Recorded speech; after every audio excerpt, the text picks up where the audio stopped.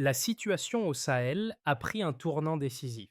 La France, autrefois un pouvoir colonial dominant, voit désormais ses bases militaires encerclées par des nations africaines qui refusent de se soumettre. Ibrahim Traoré, le leader audacieux du Burkina Faso, a répondu aux provocations étrangères avec une action militaire imparable. Dans un geste symbolique, il a remis plus de 3000 armes modernes à son armée, affirmant que l'indépendance du Sahel n'était plus une option, mais une certitude. La situation actuelle au Sahel n'est plus une simple crise politique, c'est le début d'une révolution. Le Burkina Faso, sous la direction de Ibrahim Traoré, a pris une position ferme contre l'influence coloniale, tout en affirmant sa souveraineté sur ses ressources. Cette prise de pouvoir militaire n'est pas seulement un acte de résistance, mais un message fort adressé à la communauté internationale. L'Afrique se redresse. Si cette dynamique continue, elle pourrait redéfinir les rapports de force dans le Sahel et au-delà. Les enjeux sont clairs: l'indépendance économique et politique des nations africaines. Pour vous, ce développement pourrait signifier une nouvelle vision géopolitique où l'Afrique est maîtresse de son destin. Le futur immédiat est imprévisible, mais il est indéniablement tourné vers un réveil africain.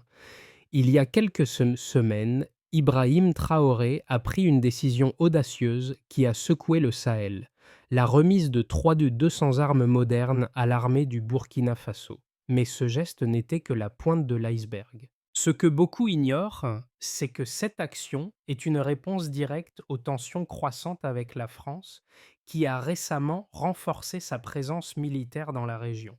Les bases françaises, bien que justifiées sous prétexte de coopération sécuritaire, sont perçues par Traoré et ses alliés comme un moyen de maintenir le contrôle colonial sur les ressources et stratégiques de l'Afrique de l'Ouest. Selon des estimations récentes, la France a perdu un accès direct aux ressources minières du Sahel, notamment l'or du Burkina Faso et l'uranium du Niger. Cela représente des milliards de dollars de revenus qu'elle ne peut plus exploiter comme elle l'a fait pendant des décennies. En réponse, Traoré a resserré les liens avec des puissances comme la Russie et la Chine qui ont commencé à fournir des équipements militaires modernes et des investissements dans les infrastructures. Cette dynamique marque un tournant. Le Sahel, autrefois une région sous domination occidentale, s'affirme aujourd'hui comme un acteur central dans la reconfiguration géopolitique de l'Afrique. Les chiffres sont clairs. En 2024, le Burkina Faso a connu une augmentation de 30% de ses exportations d'or, tandis que la production d'uranium au Niger a vu une hausse de 15% depuis le départ des troupes françaises. Ce changement ne se limite pas à la politique, il touche directement l'économie et la stabilité de toute la région. Le message est limpide: le Sahel est prêt à défendre son indépendance à tout prix, et ce n'est que le début d'une lutte qui pourrait bien redéfinir l'équilibre mondial. Ibrahim Traoré, le chef du Burkina Faso, est devenu un symbole de résilience et de détermination face aux puissances étrangères. À seulement 43 ans, il est devenu président du pays en 2022, dans une période d'instabilité. Surnommé le jeune lion de l'Afrique, Traoré a fait preuve de leadership à travers des décisions audacieuses et courageuses, notamment en confrontant directement les grandes puissances occidentales. Dès qu'il a pris les rênes du pays, l'une de ses premières mesures a été de renforcer l'armée et de déclarer l'indépendance du Burkina Faso en matière de gestion des ressources naturelles. L'une des étapes les plus marquantes a été sa décision de remettre des armes et des équipements militaires modernes à son armée, préparant le pays à toute confrontation inévitable. Ce geste ne s'est pas limité à un acte militaire, mais a eu un fort impact psychologique, renforçant la fierté nationale et l'unité tant dans l'armée que parmi la population burkinabé. L'impact de cette décision a été ressenti dans toute la région du Sahel, où des pays comme le Mali et le Niger ont également commencé à suivre l'exemple du Burkina Faso en renforçant leur coopération avec des partenaires non occidentaux. Cette décision marque une question importante. Est-ce le début d'un mouvement d'indépendance globale dans la région où les pays cherchent à se libérer de l'influence des puissances occidentales? Le face-à-face entre le Burkina Faso et les grandes puissances occidentales, en particulier la France, n'est pas seulement une guerre militaire, mais une révolution du pouvoir et de l'influence dans la région du Sahel. Tout a commencé lorsque la France a augmenté sa présence militaire dans les pays voisins du Sahel, prétextant une coopération en matière de sécurité pour lutter contre les groupes insurgés et le terrorisme. Cependant, aux yeux de Ibrahim Traoré et de ses alliés, ce renforcement militaire visait en réalité à maintenir un contrôle colonial sur les ressources stratégiques de l'Afrique de l'Ouest. Traoré a répondu avec force en 2023 en décidant de couper toutes les relations avec le gouvernement français et en ordonnant le retrait de toutes les troupes langues françaises du Burkina Faso. À la place, il a signé des accords de coopération militaire avec la Russie et la Chine, deux puissances cherchant à accroître leur influence en Afrique. Parallèlement, la remise d'armements modernes à l'armée burkinabé est devenue un tournant majeur dans la stratégie de Traoré.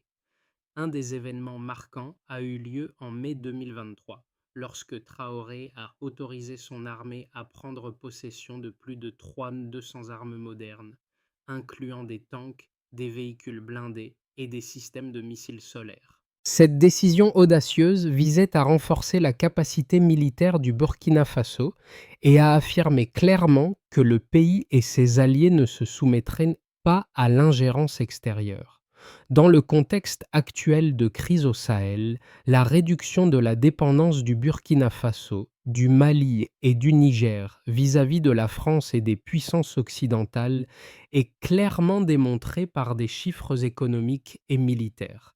Après le retrait des troupes françaises, l'économie du Burkina Faso a connu des changements significatifs.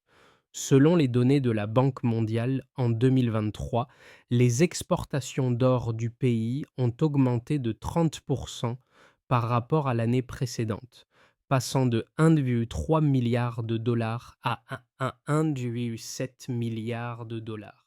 Cela prouve que le pays ne dépend plus du contrôle français des ressources en or et que ces transactions sont désormais gérées directement par le gouvernement. Un autre chiffre notable est 15%, le taux de croissance de la production d'uranium au Niger depuis que le gouvernement d'Ibrahim Traoré et les dirigeants de la région ont pris des mesures pour réduire la coopération avec les entreprises occidentales dans l'extraction des minéraux. Autrefois, la France et ses entreprises contrôlaient presque entièrement l'exploitation de l'uranium au Niger, mais aujourd'hui, le pays commence à prendre le contrôle de cette ressource, principalement en partenariat avec la Russie et la Chine. Cette démarche ne permet pas seulement au Niger de conserver une plus grande part de la valeur de ses ressources, mais elle fournit également un revenu stable pour le pays, alors que l'aide occidentale diminue en 2020.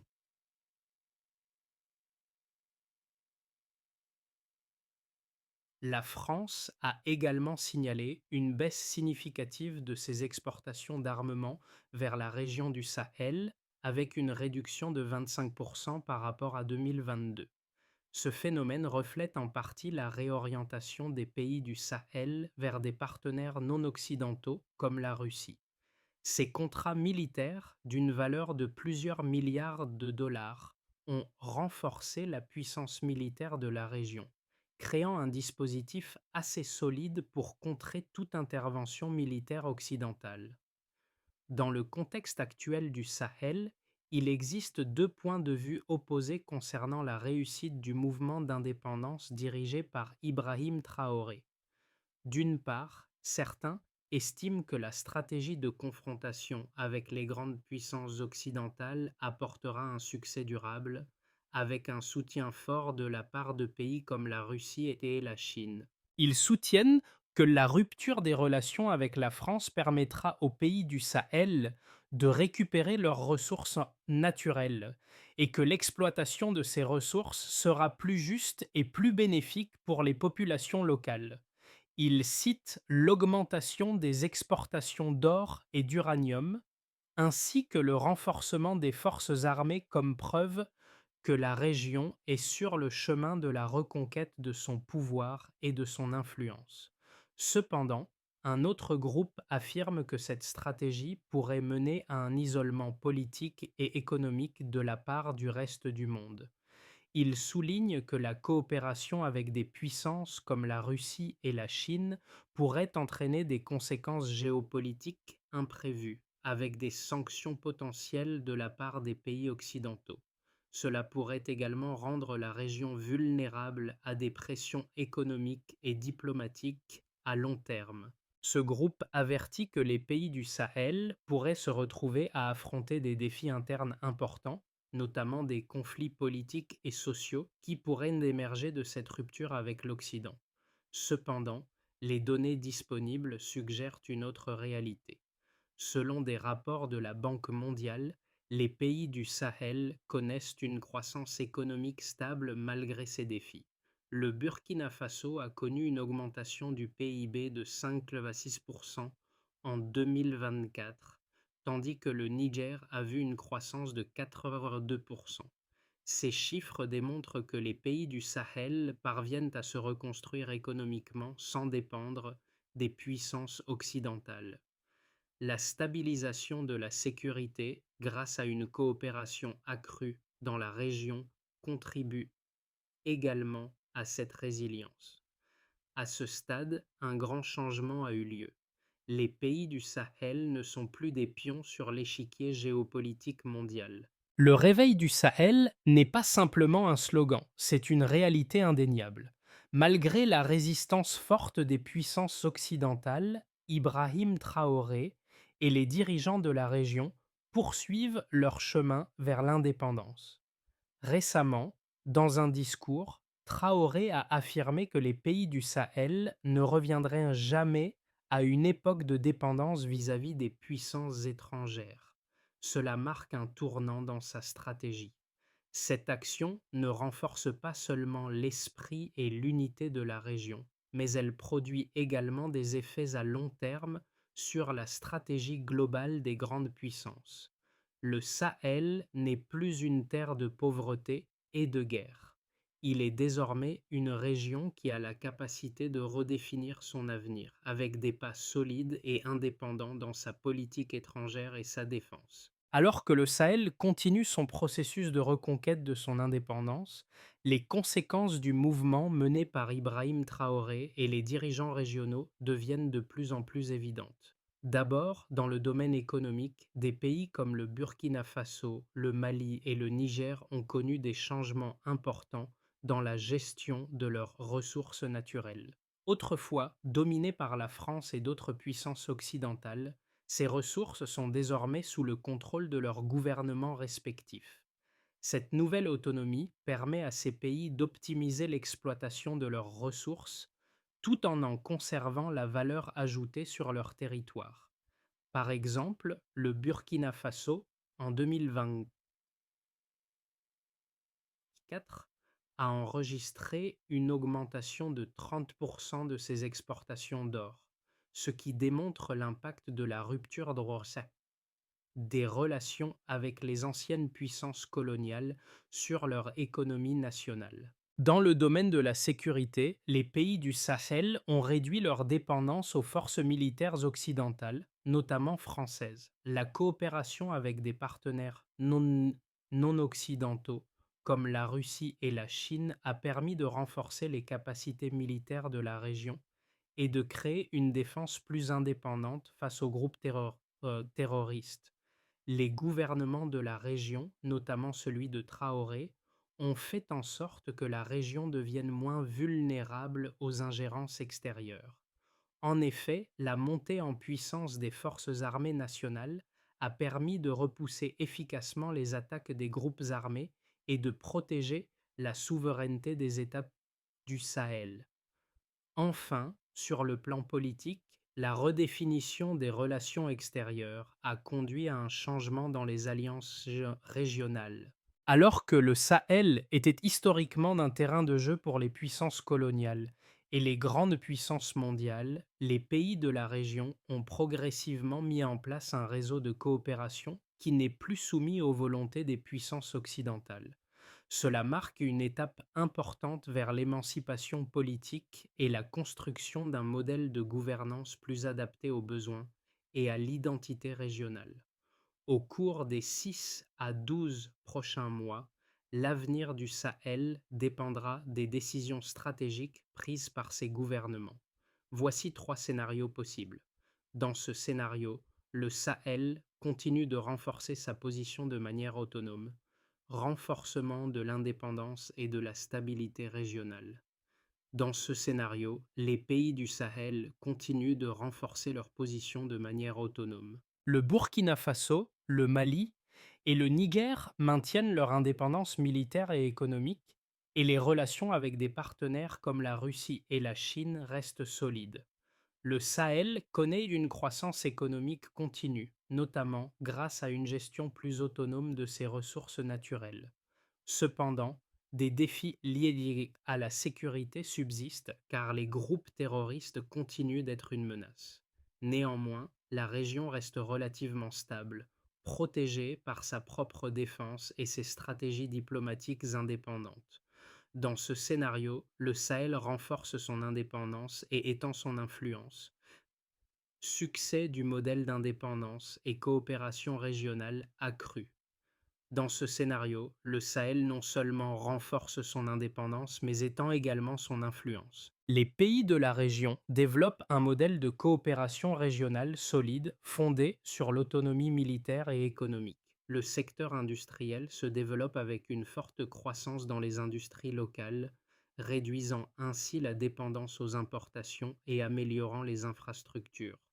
Le Sahel devient un exemple de réussite pour d'autres régions africaines en matière de souveraineté et de développement autonome. Les menaces à la sécurité sont mieux contrôlées grâce à une coopération renforcée entre les pays voisins. Dans ce scénario, le Sahel fait face à un isolement grandissant sur la scène internationale, isolement international et tensions internes. Dans ce scénario, le Sahel fait face à un isolement grandissant sur la scène internationale en raison des sanctions et de la pression diplomatique exercée par les puissances occidentales. Cette situation pourrait entraîner des difficultés économiques, avec une réduction des investissements étrangers et une pénurie de ressources financières. La sécurité de la région pourrait se dégrader en raison de tensions internes croissantes et de l'aggravation des conflits politiques. Les groupes armés pourraient profiter de cette situation pour renforcer leur influence, et des conflits internes pourraient survenir, mettant en péril les réformes en cours. Dans tous les scénarios, le Sahel restera un point stratégique clé dans les discussions géopolitiques mondiales. Les choix stratégiques des dirigeants régionaux dans les mois à venir auront un impact déterminant sur le développement et la stabilité future de la région. La lutte pour l'indépendance des pays du Sahel n'est pas seulement l'affaire d'Ibrahim Traoré et des dirigeants régionaux. C'est aussi celle du peuple du Sahel qui a longtemps souffert de l'influence des puissances étrangères. Ils ont vu leurs ressources s'épuiser et leurs politiques dictées par des puissances extérieures. Mais aujourd'hui, ils se lèvent pour revendiquer leurs droits et leur avenir. Ce processus de changement n'a pas uniquement des implications politiques, il a également un impact profond sur la vie quotidienne des citoyens. Les réformes dans l'éducation, les programmes de développement économique et les politiques de gestion des ressources naturelles ne font pas qu'assurer l'indépendance du Sahel. Elles créent aussi de nouvelles opportunités pour les jeunes générations, leur offrant la chance de s'épanouir dans un environnement qui valorise leur culture et leurs talents. En prenant en main leur destin, les habitants du Sahel ne se contentent pas de renforcer leur nation, ils contribuent à la transformation d'un continent tout entier. Cette transformation n'est pas uniquement l'affaire des dirigeants ou des élites, mais bien celle de chaque citoyen, qu'il soit agriculteur ou intellectuel. En s'engageant activement dans ce mouvement, chaque individu peut participer à la construction d'un avenir plus juste et plus équitable. C'est une révolution sociale qui n'est pas seulement politique, mais aussi culturelle et économique. Pour garantir la stabilité et un développement durable dans la région du Sahel, il est essentiel que les pays de la région suivent un plan de solution structuré et cohérent. Voici trois étapes clés que les dirigeants doivent suivre. Renforcer la coopération militaire régionale. Le Sahel doit impérativement créer un système de défense commun où les pays partagent les informations et les ressources militaires. Ce système de défense coordonnée permettra de faire face de manière plus efficace aux menaces terroristes tout en assurant la sécurité régionale. Une collaboration renforcée avec des partenaires comme la Russie et la Chine pourrait l'aider à construire un réseau de défense solide et indépendant. Réformes économiques et exploitation durable des ressources. Les pays du Sahel doivent mettre en place des politiques économiques durables qui visent à utiliser les ressources naturelles de manière responsable tout en maximisant leur rentabilité pour les populations locales. La gestion des ressources naturelles par les gouvernements régionaux doit être optimisée afin de favoriser une croissance économique qui profite à tous. L'amélioration des infrastructures pour soutenir le commerce et attirer les investissements est également cruciale pour réduire la dépendance économique à l'égard des puissances étrangères. Renforcer le système éducatif et sensibiliser la population. L'éducation est la clé de la réussite à long terme du Sahel. En réformant le système éducatif pour promouvoir des valeurs locales et en offrant des formations professionnelles adaptées, la région peut former une main-d'œuvre qualifiée, prête à relever les défis du futur. Parallèlement, il est essentiel de sensibiliser la population aux enjeux de l'indépendance et de la souveraineté afin que chaque citoyen comprenne l'importance de l'autonomie et des réformes en cours. Avec ces trois étapes, le Sahel pourra construire une base solide pour l'avenir, non seulement dans les domaines militaires et économiques, mais aussi en créant une société plus prospère et plus équitable pour ses citoyens. Depuis les premiers jours où Ibrahim Traoré a pris la tête du Burkina Faso, jusqu'aux décisions audacieuses qu'il a prises pour protéger l'indépendance du Sahel, cette histoire est bien plus qu'un simple récit politique ou militaire. C'est une histoire de liberté, de revendication du droit de contrôler son propre destin sans subir les volontés extérieures. Ibrahim Traoré et ses alliés ont prouvé que l'aspiration à l'autonomie est indomptable, peu importe les défis qu'elle rencontre. Aujourd'hui, le Sahel est en pleine transformation, et cette révolution ne concerne pas seulement les pays de la région, mais inspire tout un continent.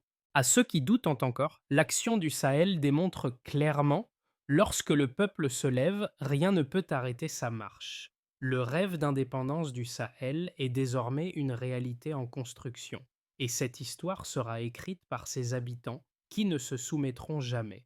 Le Sahel n'est plus une terre de soumission, mais un symbole de l'Afrique libre, forte et indépendante. Le Sahel entre dans une nouvelle phase pleine de défis, mais aussi d'espoir. Les gouvernements et les peuples de la région ne cessent de lutter pour construire un avenir autonome, libre et durable. Cependant, cette voie reste semée d'embûches et nécessite le soutien constant de la communauté internationale, de ceux qui comprennent que la liberté et la souveraineté ne sont pas des concepts éloignés, mais des droits fondamentaux de chaque nation et de chaque individu. Que pensez-vous de l'avenir du Sahel? Les autres nations du monde peuvent-elles tirer des enseignements du Sahel sur la force de l'indépendance et de l'autonomie? Réfléchissez à la manière dont vous pouvez vous impliquer dans ce processus, que ce soit à l'échelle locale ou dans des discussions mondiales sur la souveraineté. L'histoire du Sahel ne fait que commencer et la participation de chacun peut faire une réelle différence. Regardons l'avenir avec espoir, force et une détermination indomptable.